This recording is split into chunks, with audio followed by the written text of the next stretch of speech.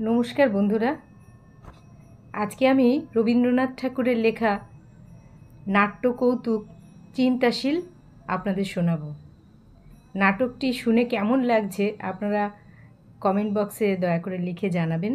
আর যদি ভালো লাগে, নাটকটি যদি আপনাদের পছন্দ হয়, তাহলে প্লিজ আমার চ্যানেলটি সাবস্ক্রাইব করে আমার পাশে থাকবেন। শুরু করছি আজকের নাটক চিন্তাশীল।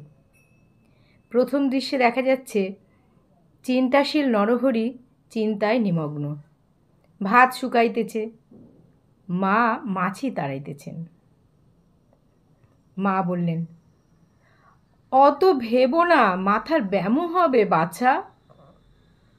নরহরি বলছে, আচ্ছা মা, বাছা শব্দের ধাতু কি বলো দেখি। মা বলছে, কি জানি বাপু। নরহরি, বৎস, আজ তুমি বলছো বাছা, 2000 বছর আগে বলতো বৎস। এই কথাটা একবার ভালো করে ভেবে দেখো দেখি মা, কথাটা বড় সামান্য নয়। এ কথা যতই ভাববে ততই ভাবনার শেষ থাকবে না। পুনরায় চিন্তামগ্ন। মা বললেন, যে ভাবনা শেষ হয় না এমন ভাবনা দরকার কি বাপ? ভাবনা তো চিরকাল থাকবে। ভাত যে শুকোয়। লক্ষ্মী আমার, একবার ওঠ। নরহরি চমকে উঠে বলল, কি বললে মা? লক্ষ্মী? কি আশ্চর্য! এককালে লক্ষ্মী বলতে দেবী বিশেষকে বোঝাতো। পরে লক্ষ্মীর গুণ অনুসারে সুশীলা স্ত্রীলোককে লক্ষ্মী বলতো।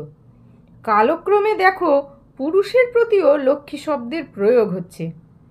একবার ভেবে দেখো মা, আস্তে আস্তে ভাষার কেমন পরিবর্তন হয়, ভাবলে আশ্চর্য হতে হবে।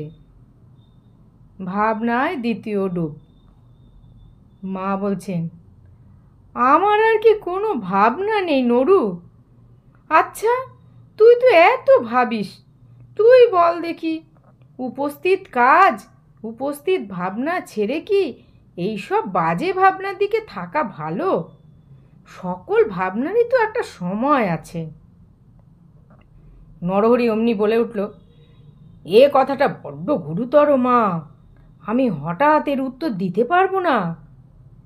এটা কিছুদিন ভাবতে হবে, ভেবে পরে বলবো। মা বলছে, আমি যে কথাই বলি তোর ভাবনা তাতে কেবল বেড়েই ওঠে, কিছুতেই আর কমে না। কাজ নেই বাপু, আমি আর কাউকে পাঠিয়ে দিই। এই বলে মা প্রস্থান করলেন। এবার মাসিমার প্রবেশ। মাসিমা বলছে, ছি নরু, তুই কি পাগল হলি? ছেঁড়া চাদর, এক মুখ দাড়ি, সম্মুখে ভাত নিয়ে ভাবনা। সুবলের মা তোকে দেখে হেসে কুরুক্ষেত্র। অমনি নরহরি বললে, কুরুক্ষেত্র আমাদের আর্য গৌরবের শ্মশান ক্ষেত্র। মনে পড়লে কি শরীর রোমাঞ্চিত হয় না?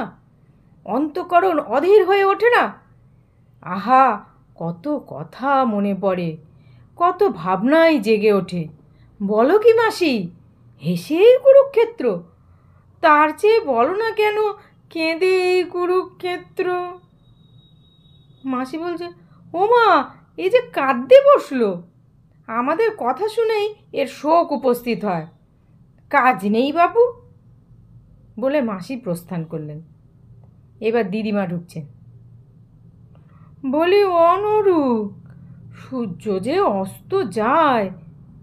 নরহরি বলছে, ছি দিদিমা, সূর্য তো অস্ত যায় না, পৃথিবী উল্টে যায়। রোশো, আমি তোমাকে বুঝিয়ে দিচ্ছি। চারিদিকে চেয়ে একটা গোল জিনিস কোথাও নেই। দিদিমা বলছে, কেন, এই এই তোমার মাথা আছে, মুন্ডু আছে। নরহরি বলছে, কিন্তু মাথা যে বদ্ধ, মাথা যে ঘোরে না। দিদিমা, তোমারই ঘোরে না, তোমার কত, তোমার রকম দেখে পাড়াশুদ্ধ লোকের মাথা ঘুরছে। নাও নাও নাও, আর তোমায় বোঝাতে হবে না, এদিকে ভাত জুড়িয়ে গেল, মাছি ভন ভন করছে। নরহরি বলছে, ছি দিদিমা, এটা যে তুমি উল্টো কথা বললে। মাছি তো ভন ভন করে না, মাছির ডানা থেকেই ওই রকম শব্দ হয়। এই রোসো, আমি তোমায় প্রমাণ করে দিচ্ছি। দিদিমা বলছে, কাজ নেই তোমার প্রমাণ করে, আমি চললুম বলে দিদিমা চলে গেল। দ্বিতীয় দৃশ্যে দেখা যাচ্ছে নরহরি চিন্তামগ্ন। ভাবনা ভাঙাইবার উদ্দেশ্যে নরহরির শিশু ভাগিনীয়কে কোলে করিয়া মাতার প্রবেশ। মা শিশুর প্রতি বলছে, জাদু, তোমার মামাকে দণ্ডবৎ করো। নরহরি, ছি মা, ওকে ভুল শিখিও না। একটু ভেবে দেখলেই বুঝতে পারবে ব্যাকরণ অনুসারে দণ্ডবৎ করা হতেই পারে না, দণ্ডবৎ হওয়া বলে। কেন বুঝতে পেরেছ মা? কেননা দণ্ডবৎ মানে। মা বলল, না বাবা, আমাকে পরে বুঝিয়ে দিলেই হবে, তোমার ভাগ্নেকে এখন একটু আদর করো। নরহরি, আদর করব? আচ্ছা, এসো আদর করি। শিশুকে কোলে নিয়েছে নরহরি। কি করে আদর আরম্ভ করি, এই রসো একটু ভাবি বলেই আবার চিন্তামগ্ন। মা বলছে, আদর করবি তাতেও ভাবতে হবে নরু? নরহরি বলছে, ভাবতে হবে না মা, বলো কি? ছেলেবেলাকার আদরের উপরে ছেলের সমস্ত ভবিষ্যৎ নির্ভর করে, তা কি জানো না? ছেলেবেলাকার এক একটা সামান্য ঘটনার ছায়া বৃহৎ আকার ধরে আমাদের সমস্ত যৌবনকালকে, আমাদের সমস্ত জীবনকে আচ্ছন্ন করে রাখে। এটা যখন ভেবে দেখা যায়, তখন কি ছেলেকে আদর করা একটা সামান্য কাজ বলা যায়? এইটা একবার ভেবে দেখো দেখি মা। মা বলছে, থাক বাবা, সে কথা আর একটু পরে ভাববো, এখন তোমার ভাগ্নেটির সঙ্গে দুটো কথা কও দেখি। নরহরি বলছে, ওদের সঙ্গে এমন কথা কওয়া উচিত যাতে ওদের আমোদ আর শিক্ষা দুই হয়। আচ্ছা হরিদাস, তোমার নামের সমাস কি বলো দেখি।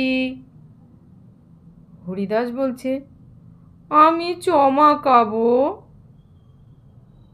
মা বলছে, দেখো দেখি বাচ্চা, ওকে এসব কথা জিজ্ঞেস করো কেন, ও কি জানে? নরহরি বলছে, না না না, ওকে এই বেলা থেকেই এই রকম করে অল্পে অল্পে মুখস্থ করিয়ে দেব। মা অমনি ছেলেকে কোলে তুলে নিল। না বাচ্চা, কাজ নেই তোমার আদর করে। নরহরি মাথায় হাত দিয়ে আবার চিন্তা করতে বসে গেল। মা এবার কাতর হয়ে বলল, বাবা নরহরি, আমায় কাশি পাঠিয়ে দে বাবা, আমি কাশিবাসী হব। নরহরি, তা যাও না মা, তোমার ইচ্ছে হয়েছে, আমি বাধা দেব কেন? মা এবার নিজের মনে মনে বলল, নরু আমার সকল কথাতেই ভেবে অস্থির হয়ে পড়ে, এইটাতে বড় বেশি ভাবতে হলো না। এবার প্রকাশ্যে বলছে, এই তাহলে তো আমাকে মাসে মাসে কিছু টাকার বন্দোবস্ত করে দিতে হবে। নরহরি অমনি বলল, এই সত্যি নাকি? তাহলে আমাকে আর কিছুদিন ভাবতে হবে, এ কথা নিতান্ত সহজ নয়, আমি 1 সপ্তাহ ভেবে পরে বলবো। মা অমনি ব্যস্ত হয়ে বলে, এই না বাবা, তোমার আর ভাবতে হবে না, আমার কাশি গিয়ে আর কাজ নেই বাপু।